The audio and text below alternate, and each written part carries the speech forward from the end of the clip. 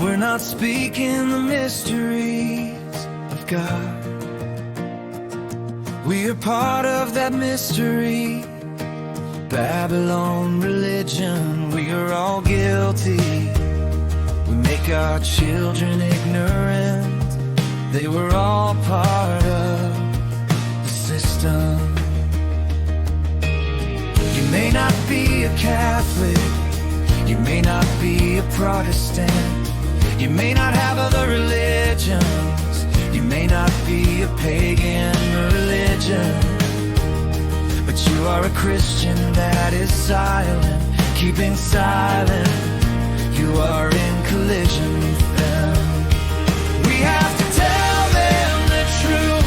That is why we are part of the Babylon system. If we keep silent, if we don't tell them we are part of the system, go out of the system. Go out of the system.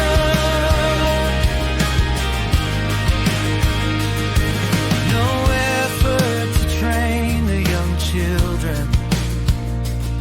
They have playtime but don't have any training time. Don't remain silent. Do something